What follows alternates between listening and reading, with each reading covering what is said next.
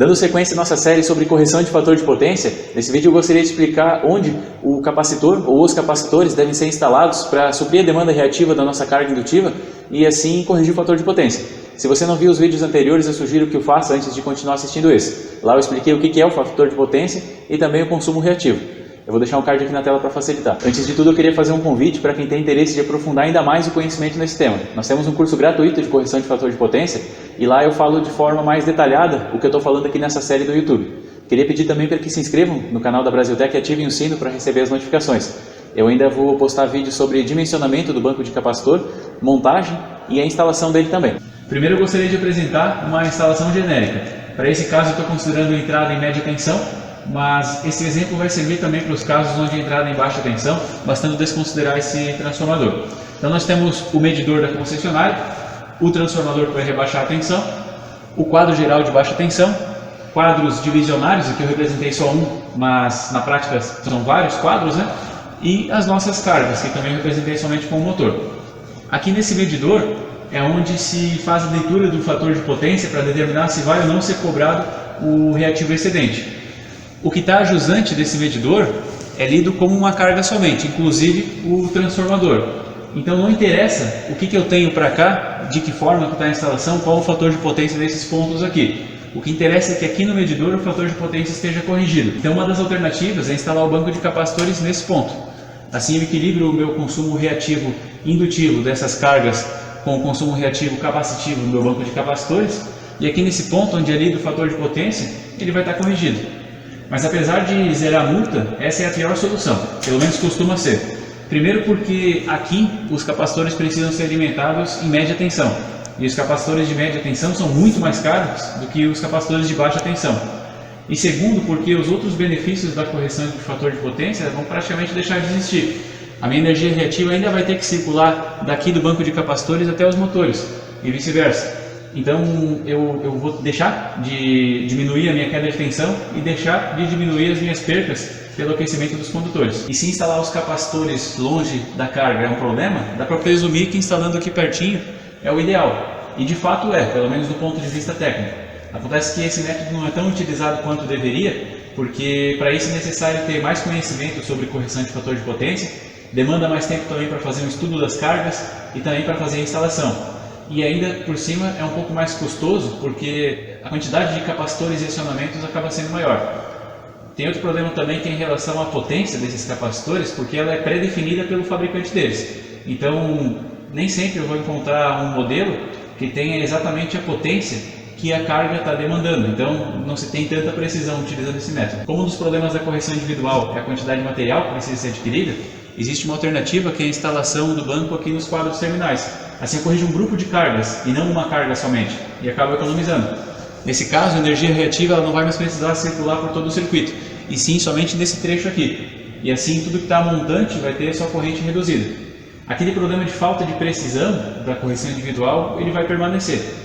E ainda vai ficar agravado pelo fato de que as cargas nem sempre vão ser acionadas e desligadas juntas. Então eu posso ter um desbalanceamento ali, uma hora pode estar faltando o capacitor, na outra hora pode estar sobrando. E a forma que provavelmente é mais comum, por ser mais barata e mais simples também, é utilizando o banco de capacitores automático aqui junto ao quadro geral. Nesse caso eu praticamente não tenho outros benefícios além do alívio do transformador e da extinção da multa. Mas como o principal objetivo é justamente esse, parar de pagar o consumo reativo excedente, acaba se tornando viável. Aqui um controlador fica além do fator de potência e gerenciando o acionamento dos capacitores. À medida que o fator de potência piora, ele liga mais capacitores. E se melhorar, desliga. Então assim eu nunca vou ter excesso e nem falta de capacitores. E para isso funcionar, eu só preciso de um banco que tenha potência total igual ou maior do que a potência que a carga vai demandar. E também precisa ter algumas células capacitivas de pequeno porte junto para poder fazer um ajuste fino. Também é possível montar um banco semi-automático com um programador horário ligando todas as células capacitivas às 6 da manhã e desligando meia-noite. Esse horário, esse intervalo entre meia-noite e 6 da manhã é quando a concessionária cobra pelo consumo reativo capacitivo. A multa se inverte. Então é por isso que não se pode deixar os capacitores ligados o tempo todo. Nesse método, a precisão é baixíssima e isso pode acabar até prejudicando a instalação em vez de ajudar. Mas como também zera a multa e é barato, acaba sendo utilizado. Agora que eu já dei uma pincelada em todos os métodos, eu gostaria de apresentar o que é o mais recomendável. Mas antes eu queria pedir para que dê seu like para nos permitir continuar trazendo conteúdo técnico para o canal. E se você tem interesse de continuar sempre aprendendo, se inscreva e ative o sino de notificações. Pessoal, na maior parte das situações, a melhor solução, tentando aí buscar o menor custo de investimento possível, mas sem abrir mão de um excelente resultado, tecnicamente falando, é a solução híbrida. Nesse caso, eu corrijo de forma individual as cargas com maior demanda reativa, geralmente aí são os motores de 10 cavalos em diante. Corrijo aqui nos quadros terminais uma parte também de alguns grupos de carga que eu julgar conveniente, e corrijo aqui no quadro geral de baixa tensão, através de um banco de capacitores automático, o restante das cargas que não haviam sido corrigidas ainda, e para também fazer um ajuste fino. Nesse caso dos quadros terminais, o julgamento que eu tenho que fazer para verificar se é viável ou não fazer essa correção coletiva desses grupos de carga é se essas cargas são acionadas de forma individual ou coletiva, porque se elas são acionadas de forma aleatória, a minha demanda reativa capacitiva ela vai mudar muito, então a minha correção não vai ser efetiva. E nesses casos não vale a pena fazer essa correção individual. Então preciso analisar isso. Se de repente metade das cargas fica acionada direto, enquanto que outra metade fica oscilando entre ligado e desligado, nesse caso de repente vale a pena fazer uma correção parcial. Mas a correção total, desde que pelo menos a grande maioria das cargas fique acionada de forma constante, ou pelo menos que possa ser acionada junto com o capacitor.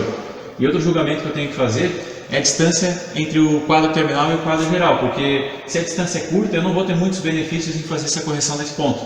Agora se a distância for mais longa, sim, porque como essa energia reativa então vai circular aqui entre o quadro geral e o quadro terminal, caso eu tivesse os capacitores todos instalados aqui no quadro geral, se a distância é curta eu tenho poucos metros de cabo e as minhas consequências são poucas, né, de queda de tensão e também de percas pelo aquecimento dos condutores. Agora, se é uma distância maior, aí sim as consequências se tornam maiores e, consequentemente, também os meus benefícios, caso venha fazer essa correção aqui dos quadros terminais, se tornam maiores também.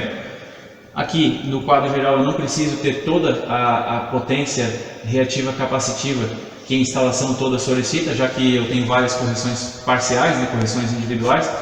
Então, eu pego toda aquela potência capacitiva que seria necessária para a instalação, desconto o valor dos capacitores utilizados para a correção individual e o resultado é a potência necessária aqui nesse banco.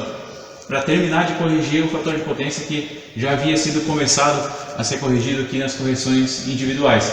Então, esse banco aqui ele vai servir tanto para ajuste fino quanto para corrigir as cargas menores aí que não haviam sido corrigidas inicialmente. E tem uma questão também que em relação à leitura do fator de potência pelo banco automático, ela geralmente é feita nesse ponto aqui.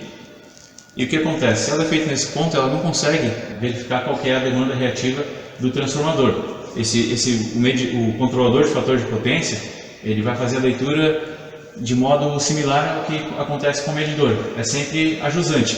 Ele vai ler essas cargas aqui e não o transformador. Então, a correção do transformador ela precisa ser feita de forma individual. Então eu vou instalar um capacitor aqui antes da leitura desse gerenciador automático para não influenciar justamente nessa leitura e consequentemente no controle. O capacitor instalado antes ele vai corrigir somente esse transformador, ele deve ser calculado para que corrija somente esse transformador e aí o medidor vai ler daqui para cá. E assim eu tenho uma correção que vai ser efetiva.